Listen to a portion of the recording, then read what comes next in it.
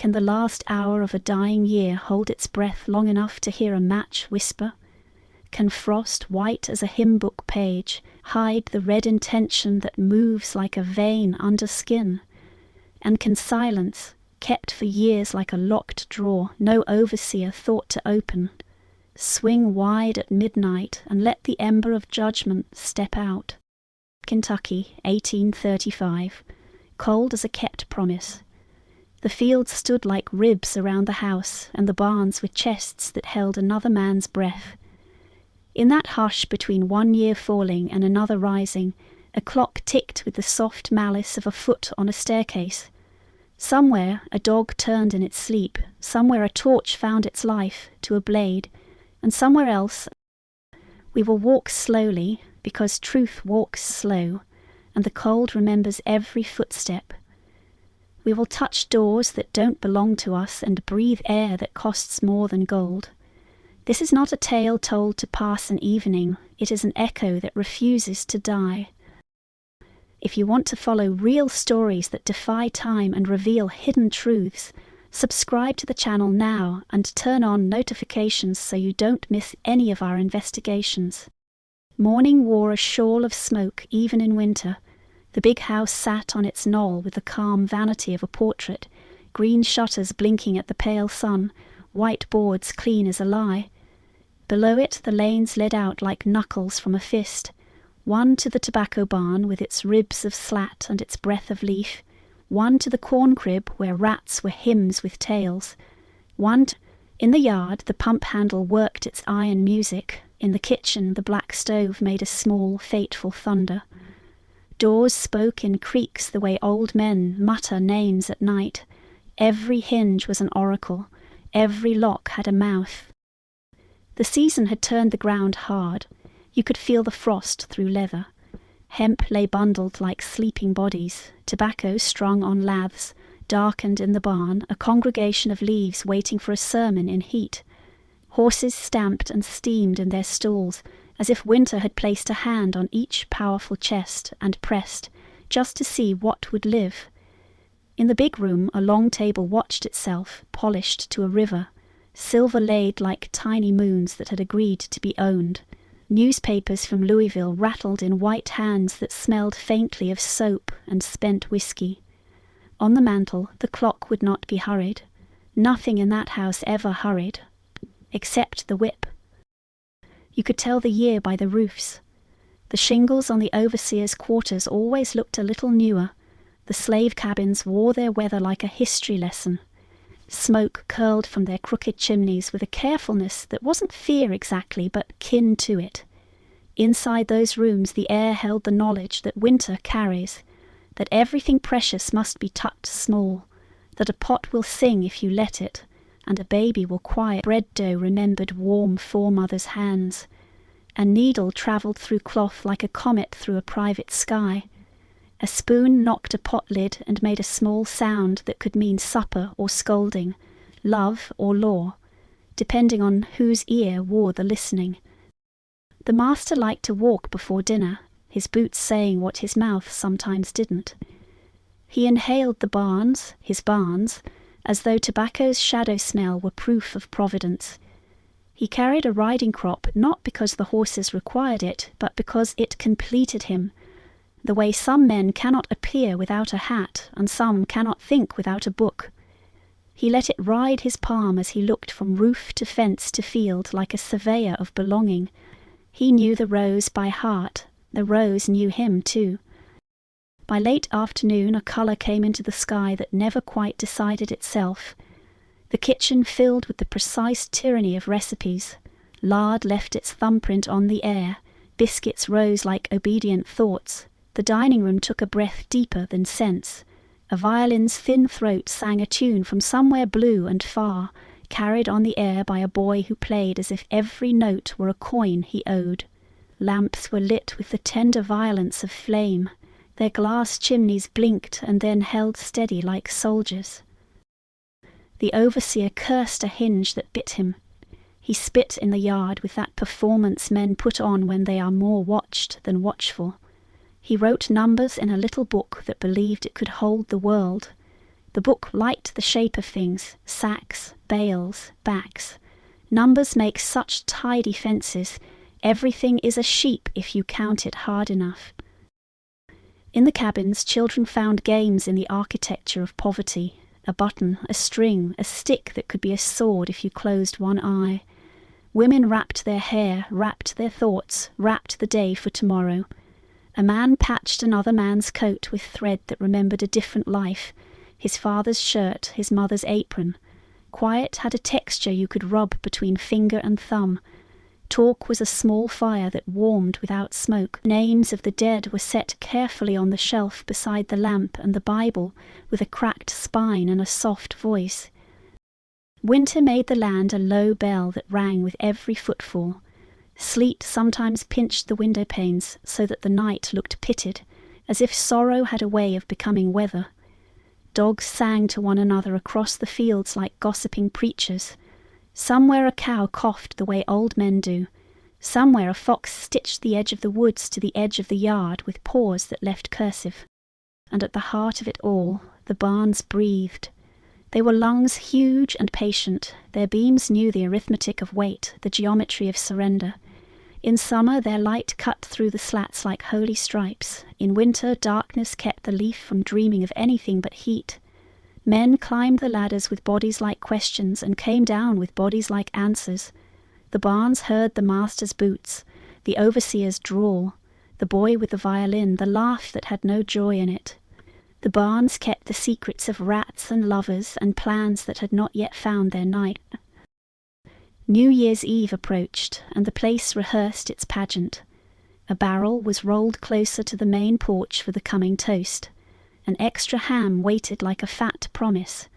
The women were told to starch collars as if a stiff edge could keep a year from bending. A pine wreath, noble and indifferent, wore a red ribbon that had never been poor. Candles, short and tall, lined up like a choir. In the cabins, people measured time with the softness of their own breath, and not with clocks that always seemed to belong to someone else. The last day lowered its lid. The sky thinned to a blade and then dulled itself into the kind of night that can hear a whisper a field away.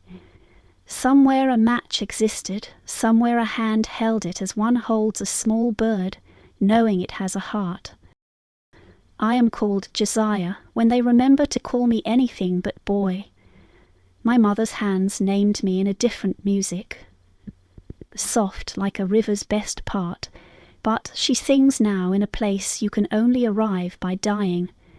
I keep her voice in a corner of my chest where the winter can't reach.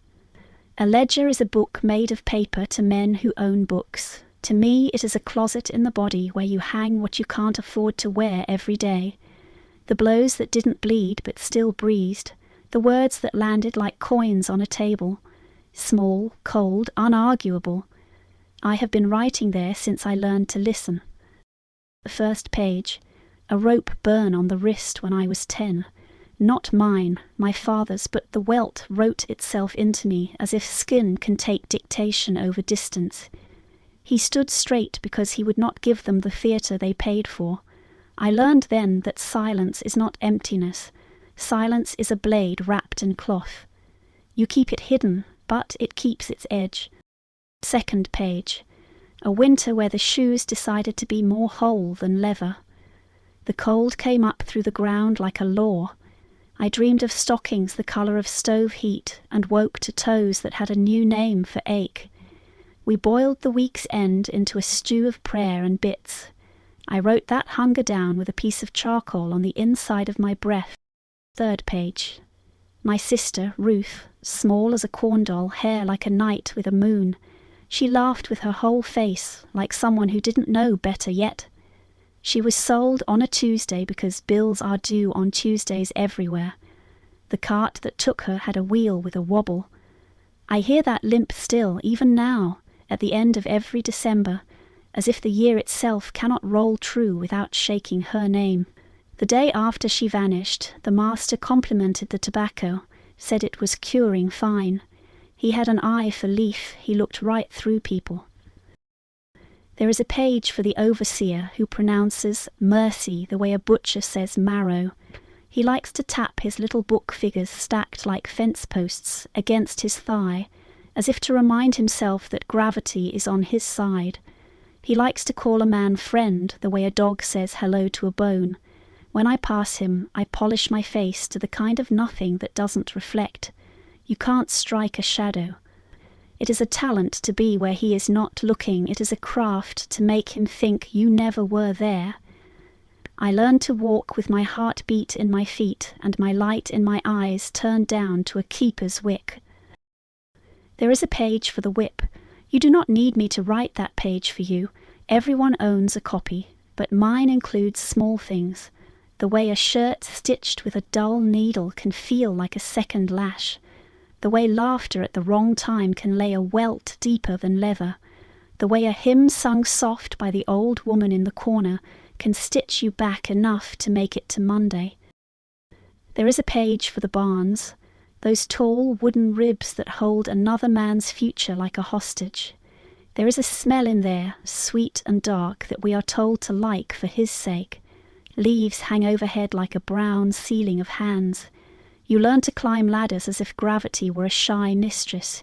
Coax her, "Don't tempt. I heard men speak to the tobacco as if it were a sleeping child. I heard the wood in winter make a sound like it remembers being a tree and misses wind." I keep account of humiliations, a tally mark for when he called a grown man boy with his sons watching, a notch for the time he made us line up so the parson could inspect piety as if it were a tooth, a careful small line for the day he slapped the spoon from my hand and made the stew die on the floor. He said nothing after. He didn't have to.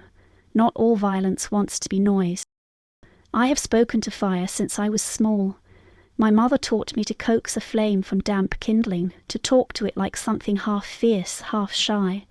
"Feed it like a baby you want to grow brave," she said, blowing into the little cave of twigs until the ember remembered its name. She could make a fire that cooked evenly and didn't smoke like a gossip.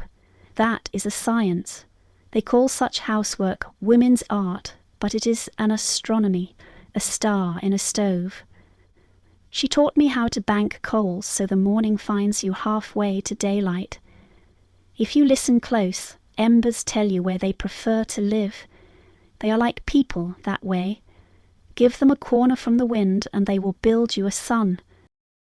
The ledger has a section for patience. People mistake stillness for surrender the way they mistake a shut door for an empty room. All my years I have worn patience like a coat that does not fit but keeps the cold off. Each season I hem it again. The harvest brought counting, and the counting brought cursing, and the cursing brought a prayer that had more bone than meat. We buried our dead in the land, we worked for other men, and pretended that dirt is neutral. It is not. Dirt remembers the first story you tell it. I told it my sister's name. I saved the blankest pages for the future. Thick paper, a little rough, good for ink. When a year turns, there is a hinge sound in the heart, a click you can hardly hear. New Year's has always felt like a promise the world speaks in its sleep. The master calls it the reckoning, for the books, the supplies, the credits due. He stands in his study with the door cracked and totals a year as if sin were arithmetic. He talks to the overseer in murmurs, saying numbers like a priest says absolution. But there is another reckoning here, one his tally book does not price. I have been gathering things the way a woman gathers a child's keepsakes, quietly from corners with love. A scrap of linen for a wick, fat saved from a pan with the salt pulled out and the patience left in. A length of cord that looks innocent as a shoelace. I move through cabins and kitchens the way a poem moves through the mind, soft-footed meaning more than it says. I touch the match safe and feel my mother's breath in my cupped hand. Fire is a tongue that speaks every language. If you hold it right, it says your name back to you. At dusk on the last day, I split kindling beside the woodpile in rhythms that keep the mind from wandering. Chop, set, lift, lay. Work like a prayer you do not say out loud. The sky wore a sore place where the sun had been. The air had the taste of brass you get before a storm. I thought of Ruth then, the curve of her ear, the way she liked to sleep with one hand open as if bargaining with dream. I put that memory in my pocket like a flint. A man should go to a grave with pockets full of what made him live. If I were to die tonight, I wanted to go rich. The ledger is heavy now. When I close its covers in my chest, they meet with a thud. I put it back on its shelf beside silence. And silence looks at me like a horse that knows it is strong enough to break the fence, but stays because you ask it to. I smooth its mane. I tell it, I'm a bet yet. I tell it the clock makes a sound like footsteps on a stair, coming up, coming up. And when the bell in the master's hall strikes a half hour to midnight, 1, 2, 3, like drops of something thick, I take my body up from the stool as if rising from the river after a long swim. My hands are clean, my face is nothing. I move to the door, and the door, which knows me well, opens with that old man's sigh. The night is a book with black pages. I know where to put my thumb. The work of vengeance does not begin with flame. It begins with listening. Wood tells you where it prefers to burn. Oil tells you which corner of the tongue it claims. Cloth, when twisted and blessed with tallow, recalls the river's braid, and how a current can carry a name a long way without ever saying it. I listened for weeks.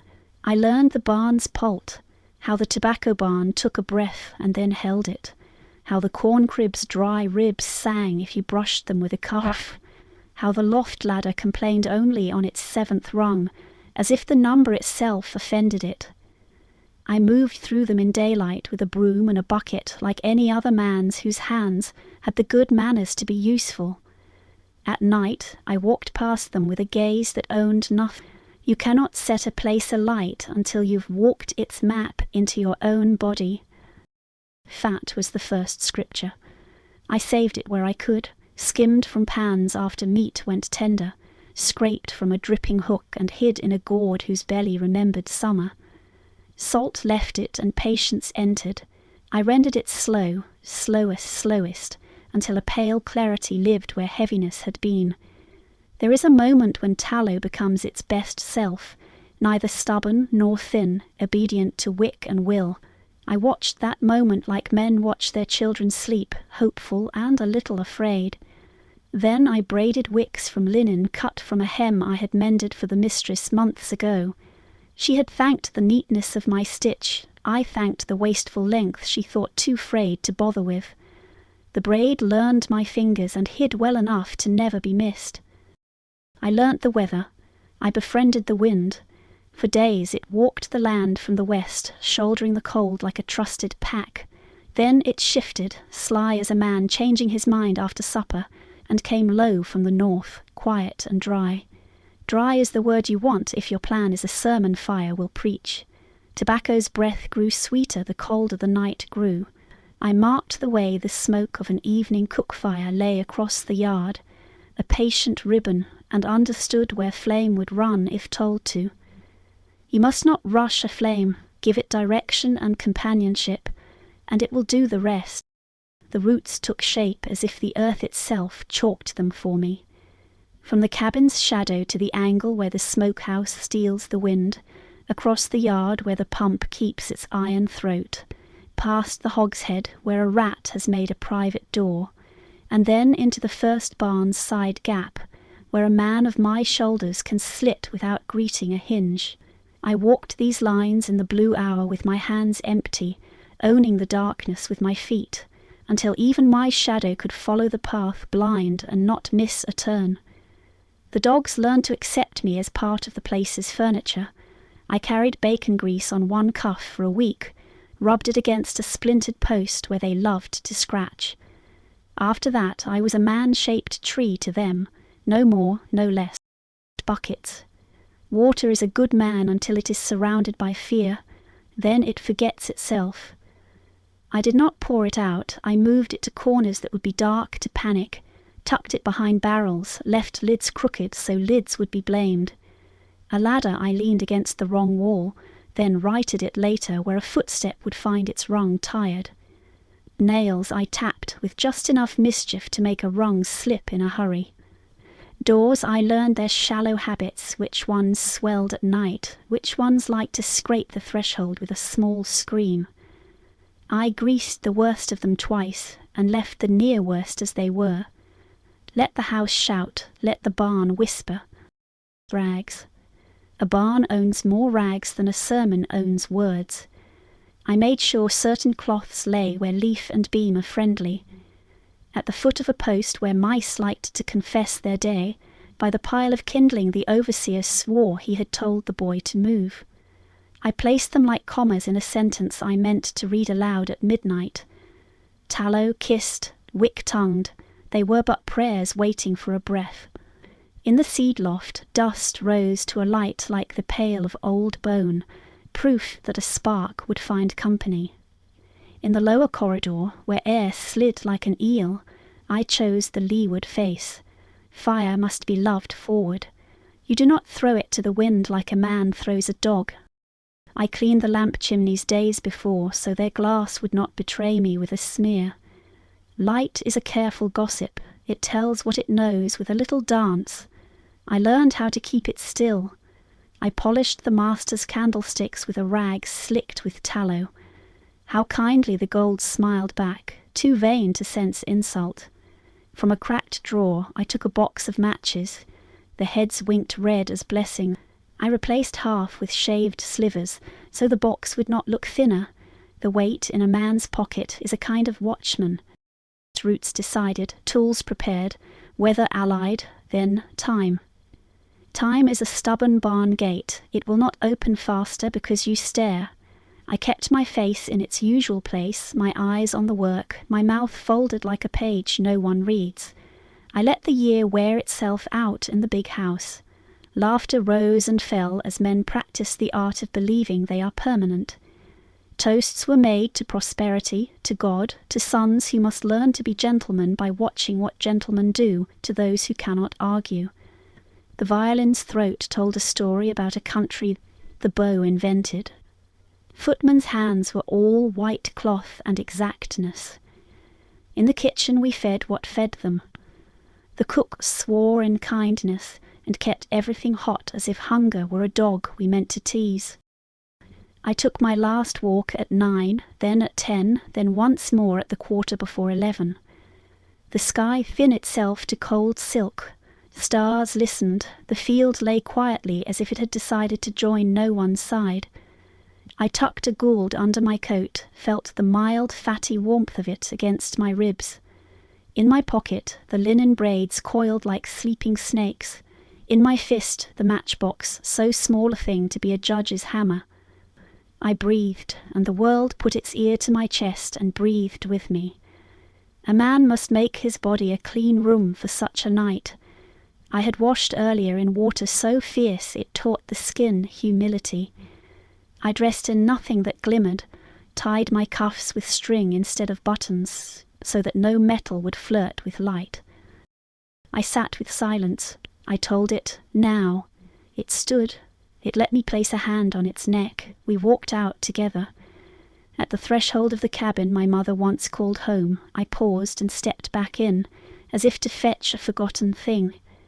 I spoke her name not with my mouth, it's not allowed, but with the muscles of my face, the way a son says thank you by not moving when the photograph requires stillness.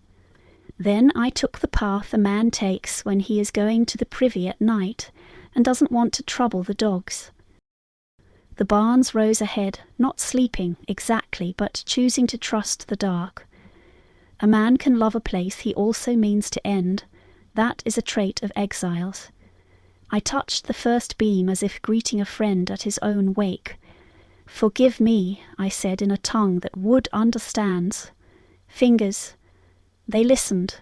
Wood that has held season after season of wait knows what mercy is, even when mercy looks like flame. In the corner where the slats make a pocket, I set the first rag. I painted it with tallow so gently a mother would have approved. I spoke a match awake. It flared. A little bright shout, and then remembered its job and calmed into a patient, licking study. The wick drew the fat like a story draws breath. No rush, we are not thieves here, I told it, we are debt collectors. I set a second rag at the foot of a stair where dust had married web. I gave it a smaller fire, like a child you mean to keep an eye on.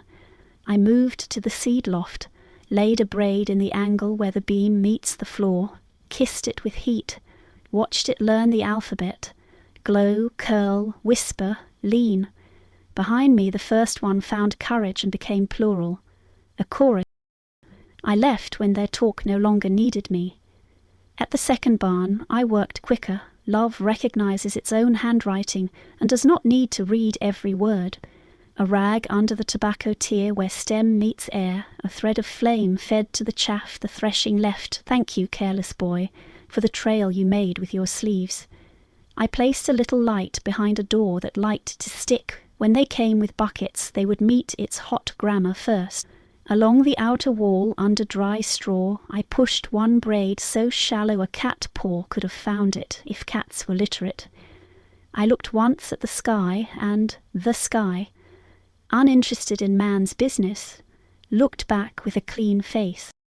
By the hogshead I left nothing.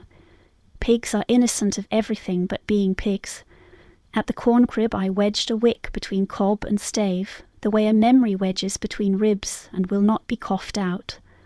The wind did its small craft, breathing where I asked it to, turning its cheek against what I loved, offering its cheek to what I meant to unmake. I touched a final match to a cloth hidden in the eaves of the third barn, then closed my hand around the match's dying, as if apprenticing my palm to heat. The match became a line of smoke in my fist, and then was history. All this took minutes that felt like the long kind, the kind you remember by the weight they lay on your spine.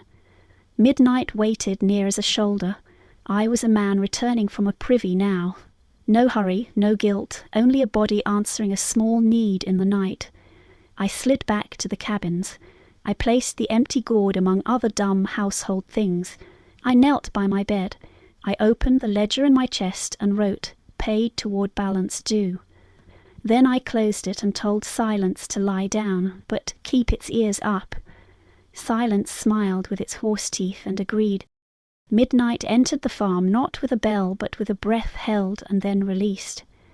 The first sound was not flame, it was rats, abandoning their soft law, feet whispering down the ribs of grain like a secret rejoicing. Then the wood found its old voice. Dry timber speaks in vowels when it warms. The long ones, the kind a preacher holds up for light to look through. A low crack ran like a string pulled tight, travelled beam to beam as if the barn were telling itself a story it had meant to get to for years. Then the light showed, a penny's worth at first behind a slat, then two, then a handful spilled careless from a rich man's pocket. A breath of heat crossed the yard and touched my cheek like someone who knows your grief and takes no pleasure in it. Men will tell you fire is fast. That is only how we remember it. In its beginning it is deliberation. It licks, it studies, it petitions uprights to kneel. It asks air to change sides. It writes its first letters, curlicue and hook. Then suddenly it can read. When it read, the first barn opened its lungs and exhaled. Shouts came like geese, honking nonsense into the dark. Boots discovered their legs. Doors woke and proved their character. The kitchen door, who had been my ally for months, opened like a good servant. The pantry door cried like a gossip at a funeral. The side door of the first barn bit back at the hand that jerked it, stuck as I had prayed it would. Buckets were sought, then found where fear permit. A boy tripped on the ladder I had taught to hesitate. A man swore in a way that made God close his eyes. The dogs, confused by light in a place where darkness had signed a lease, began an orchestra of questions. I stood in the yard's quietest quadrant and saw everything. When a place you know catches fire, it shows you its true map. Smoke rose like black cloth being shaken out. Sparks leapt across air as if deciding they were birds after all. The tobacco leaves, packed with the parable of summer, flamed not like paper but like memory. Slow at first, then hot with a righteousness they had a right to. Rope burned blue and quick, a pretty wickedness. Straw took one kiss and married flame outright. In the second barn, a ribbon of light blurred along the sill. There is a moment when a barn looks like it is smiling. Then it stops being a face and becomes a mouth. I heard the master before I saw him, the cadence of a man certain the world waits for his commands. He was fresh-dressed, coat thrown on over supper linen, hair in a panic discipline. He shouted names. The names ran toward him like dogs, unsure whether they are to be fed or struck. The overseer appeared with a bucket, as if it were a gentleman's cane, carried correctly but useless in the weather. He lunged to the door that stuck and lost a hunk of his pride on the threshold. As the door proved itself older and meaner than his thigh, he banged his shin and dropped the bucket. Water made a small lake that smiled up at the fire and did nothing. In that orange geography I watched men rediscover weight. Barrels that roll easy in harvest roll like treason in a fire. Ladders become snakes. Ropes learn to sing. The master pushed and panted and called the barns by the names he gave them when he spoke to other men about value. That good tobacco, the best of this year, the bank in wood, he yelled as if Latin could be invented on the spot to make flames obey. He did not call any of us by our right names. He called us you and boy and move. Fire does not recognize those words. It knows older pronouns: earth, air, hunger, end. A spark lifted and married the hem of his coat. A servant slapped it away with a towel and made his hand into a bell. The master looked offended, as if fire had broken an agreement between gentlemen. He ran to the well. He screamed for the chain that raises the bucket. The chain raised the bucket. He commanded the world to be cool in his fist again. The world, polite for a moment, did what it could and then excused itself. The water's arc caught a face of flame and made it hiss like a cat. The cat laughed and leapt higher. Across the yard, the third barn took the news from the second. The way gossip is quicker than truth. A whisper of light at the eaves became a grin, then a trumpet. Smoke moved over the ground like an army. Chickens learned to pray, mad in their arithmetic.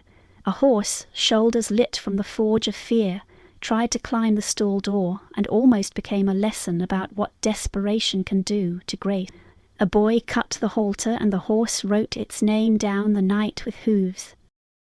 In the cabin, the old woman who keeps births and deaths in a bundle under her bed began to hum the one note that says both, "It is begun." She did not come out. She had seen more years than the master's barns had beams, and knew that not every fire wants an audience. Mothers gathered children by their hair and sleeves and whispered the rules for such times: stay low, stay quiet, stay with me, do not look at the big light, it will take your breath. Men stood with hands at their sides like they had come to a river and remembered they could not swim. We watched the year become a mouthful of smoke, and then a clear cold after it. I stepped once toward the nearer barn, took up a bucket as if to please the general picture, threw its water at the flame the way a man flips a coin into a wishing well to honour the custom. The water flattened, spat, steamed, and was hired by the heat to be fog. My face was a page that refused to tell its story.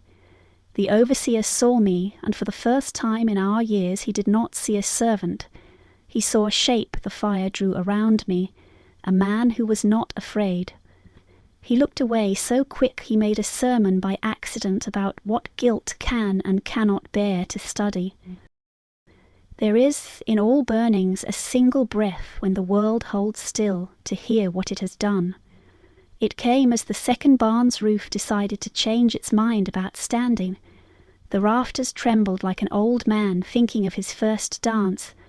Then the centre made a sound like a book closing. Sparks rose. The small, hot children of what had been wooden and sermon stubble, they went up as if wanting to be stars. The sky accepted them and turned them into ash. The master sank to his knees. He did not pray, he described value to the dirt. He told it the numbers he had written in his book as if the ground could argue fire with arithmetic. He said what debt would come and how men in town would whisper that he'd grown careless, and how he would not be made into that kind of story. He panted. He did not say the names of the people who would feel his anger for months like a weather system. He had not yet learned how to count in our currency. When the last section of the third barn gave in, the yard was as bright as noon in a bad memory. Then the light lowered itself to a red that made men think of meats and sins. Sparks wandered off and died as if remembering something kinder. Smoke lay on the yard like a great tired coat. The dogs stopped having thoughts. Men remembered they were made of water. Buckets sat where they had been dropped. I stepped back into the night the way a name steps back from the ledge it has stood on for years. I took the unlit path and gave it my feet. Behind me the master knelt among the things he owned, and found himself poor for the first time in a way he could feel. I went to my pallet and lay my bones in their exact old places. I closed my eyes not because I was tired, though I was, but because I wished to see a face. Ruth with her hand opened in sleep, bargaining with dream. The smoke came into the cabin like a letter slipped under a door. I read it and did not cough. Morning did not so much come as agree to put its name on the day. Dawn arrived the way a widow attending church. Present, necessary, uninterested in being looked at. The ash had made a plain where buildings had been. Embers glowed like the eyes of small gods. The smell was scripture, both old and new. Wrath and forgiveness, sacrifice in some new covenant written and heat. Men in town would later say you could smell it for miles, and they would be correct, because loss wants a wide congregation. Before sun, riders came, neighbours with faces set like doors that have been slammed too often. They dismounted with the solemn appetite of men who expect to be fed information as well as eggs. Hats were removed with an etiquette that did not include us. They shook the master's hand carefully, as if grief were catching, then looked toward us with the same gaze they give a field. How much left? What can be salvaged? The master told the story a man tells when he wants the part he did not control to sound larger than the part he did. He spoke of wind as if it had been a traitor. He called the hour ungodly. He named slats, bundles, beams, with tenderness he had never used on flesh. The overseer added details the way a clerk adds figures to reach a desired sum. Rumour arrived earlier than the preacher. Rumour wore 3 suits, all of them mouth. In one telling, the lightning had come out of a clear sky, a miracle with ugly manners. In another, boys had snuck a smoke in the shadows and been taught a lesson by carelessness. In the third, the slaves had made a pact with the devil, and he had arrived wearing a spark like a crown. Each rumour wore certainty like a borrowed coat, ill-fitting but warm. We stood in a line that was not a line, our faces respectful, the way rocks are respectful. They let the river go where it goes. The master glanced at us with a need in his eyes that embarrassed him. He wanted to find the man-shaped answer among our bone-shaped questions. He wanted guilt to have a face he could own. He paced. He asked in a voice that had almost learned gentleness whether anyone had seen anything at all. And humility fought with anger in his mouth until both lay wounded. The old woman at the end of the row clicked her tongue as if death had tried to bargain and failed. She did not name the devil. She did not name God. She noticed the ash and decided weather would be different for a while. By noon the newspapers arrived in men's hands, though no ink had yet been spilled. The first horse from town carried a man whose job it is to turn other men's pain into font. He had a hat that claimed intelligence. He looked at the ash and saw an article. He asked for a statement and received 3. One for each rumour. He wrote words down that would be printed that evening in Louisville. Conflagration on the pike. Loss estimated. He nodded as if numbers were balm. He looked at us only once, and then he looked away, the way a man looks around a mirror if he suspects the glass has an opinion. In the cabins, whispers were not whispers so much as careful breath. We spoke with the grammar of eyebrows and the punctuation of hands near pots. Children were warned with cookies of quiet. Men went about their work as if smoke were merely a smell the air had chosen to wear. Women stitched a tear for a neighbour with thread that had to do twice the work now that Barnes had come to Jesus. We did not smile. We did not mourn. We were a weather the master could not predict. The overseer took his little book and walked its thin laws up and down the yard, scratching and subtracting as if slate could make anything unburn. He wrote numbers like apologies to men he feared in town. He began to speak to us in a tone meant to sound reasonable. "We'll need," he said, and then listed what we would build as if our hands were lumber his mouth could order. He said, "we," and no one corrected him. He told the boy with the violin to play something cheerful that wasn't cheerful at all. The bow made the sound wood makes when it remembers being a tree. By evening, men in coats had decided they needed to check our cabins. They said it softly, like a courtesy. The master knocked on thresholds as if decency were going to answer. They sniffed air as if sin had a scent set from ash. They peered at our hearths and told our fires to mind their manners. They counted matches in their heads without knowing where numbers go when they are afraid. They congratulated one another on vigilance.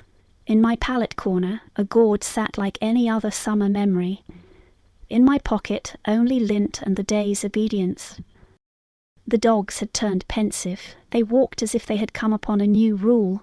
A crow on the fence said one word and then decided it was sufficient. Night fell early, not because it was winter, but because smoke had made a roof for it. The stars, bored with our progress, stayed polite but distant. In the master's study, voices rose and fell like a pair of suits measuring a corpse. Insurance was a new word in the air, important, promising to be a future that could be bought. The master took to writing letters with a ferocity that made the pen look patriotic.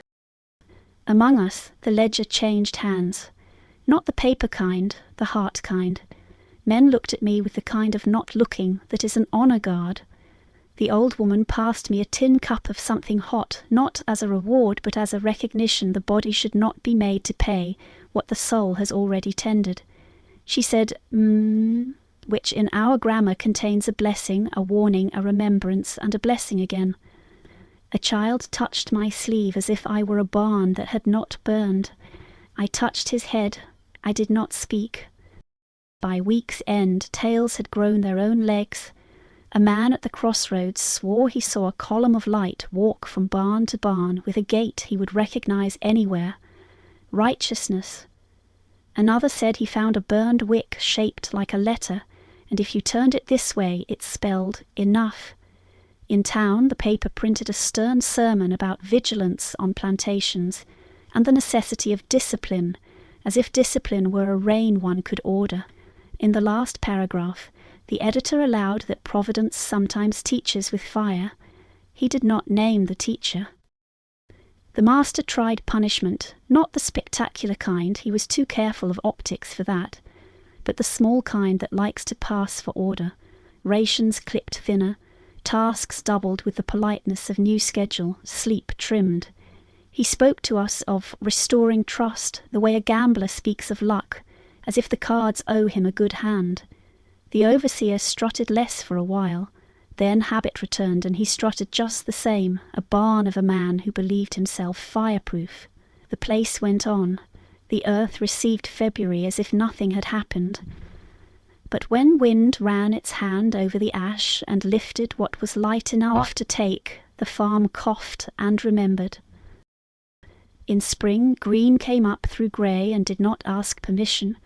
Children ran their bare feet on ground that once had been a barn's floor and found nails turned to rust crumbs, carried them as treasure until their mothers traded them for biscuits. New beams arrived, smooth and proud, from the mill, all creamy youths and the smell of a forest they did not know they missed. Men raised them with ropes and hymns, a choreography written by gravity. The barn that stood by summer did its job like any barn, but at night it spoke in its wood sleep to what the old beams had known, and sometimes it shivered in a wind that wasn't there. The story went walking as stories do when they have learnt their legs. On porches, under trees, at fence corners where men practice friendship, the fire became an emblem you could keep in your coat pocket and rub when your courage felt cold. Some said it was an omen sent to mark the year the books would be balanced by hands that did not own ink. Some said it was a man. Though they could not agree on his height or the tilt of his hat, they all agreed that he did not run. Some said it was a woman with a lamp who walked like somebody's mother coming to collect her child from harm. A few swore that no human touch had done it, because admitting a human touch would make the world rearrange itself, and men, loving their furniture as they do, could not imagine such work. Among us, the legend kept its quieter arithmetic. We did not hang it on a nail and point when strangers came. We folded it, tucked it, kept between the blanket and the sheet of our nights. It warmed us where the cold came in. In prayer, nobody mentioned barns, we mentioned breath.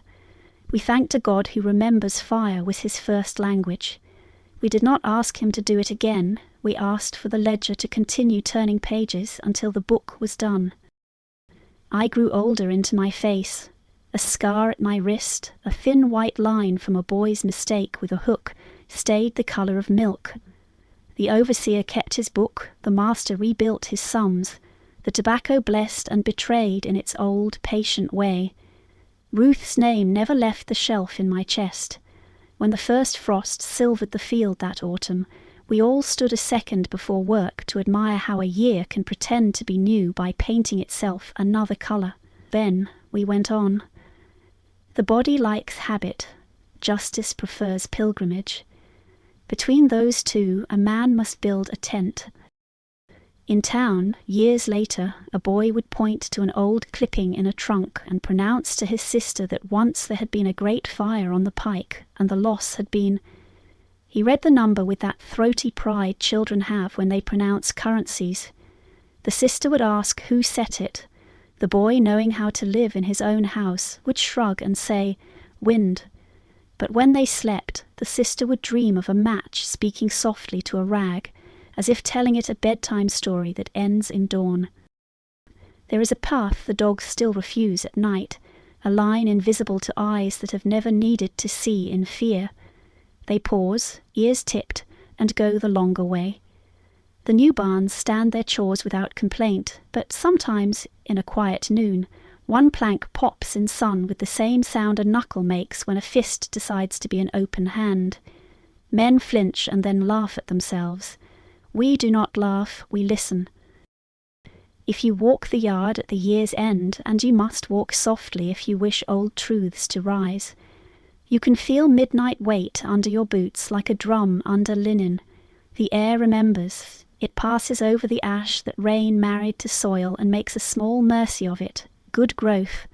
We have eaten corn sweeter than any the master boasts of, and we know why, and we do not tell. The ground keeps secrets and interests. As for silence, it never left me. It grazes in my chest like a quiet animal, heavy with its own knowledge.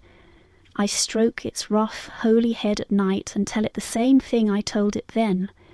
Almost not as a promise of more burning, that is a mistake fires make when they grow proud, but as a vow that the ledger will not be put away until every page has been read into the world. The book is long. We are patient. The year makes its hinge sound and the door swings. Sometimes it opens on ash, sometimes on green. Both are true. On a winter night, decades hence, a child will ask her grandmother why the barns creak the way they do when the wind comes down from the north. The grandmother will pour the child a small cup of milk and answer with the softness a person reserves for a wound that has healed into weather. She will say, "Because wood remembers what it carried." The child will drink and press her ear to the plank floor and swear she can hear a humming, distant but certain, like a choir of leaves in a church that forgot its roof. She will not be wrong, and I, who lit the first wick like a prayer and the second like a sentence and the last like a name, sometimes wake at midnight with smoke in my mouth and the taste of tallow on my tongue, and I remember that barns are only barns until a year requires a sign. Then they are trumpets, then they are letters, then they are what a man writes when he is through being written on. If you stand where the third barn once stood and look east, the horizon holds itself thin, as if bracing for a word. The field draws its own breath. Somewhere a match is only a stick, somewhere else it is a future. The ledger is open, the page is still warm. The last line of the story is a footstep walking into frost, leaving no sound, only a shape that proves a body passed through and did exactly what it meant to do, then kept going, quiet as a promise that knows it will be kept.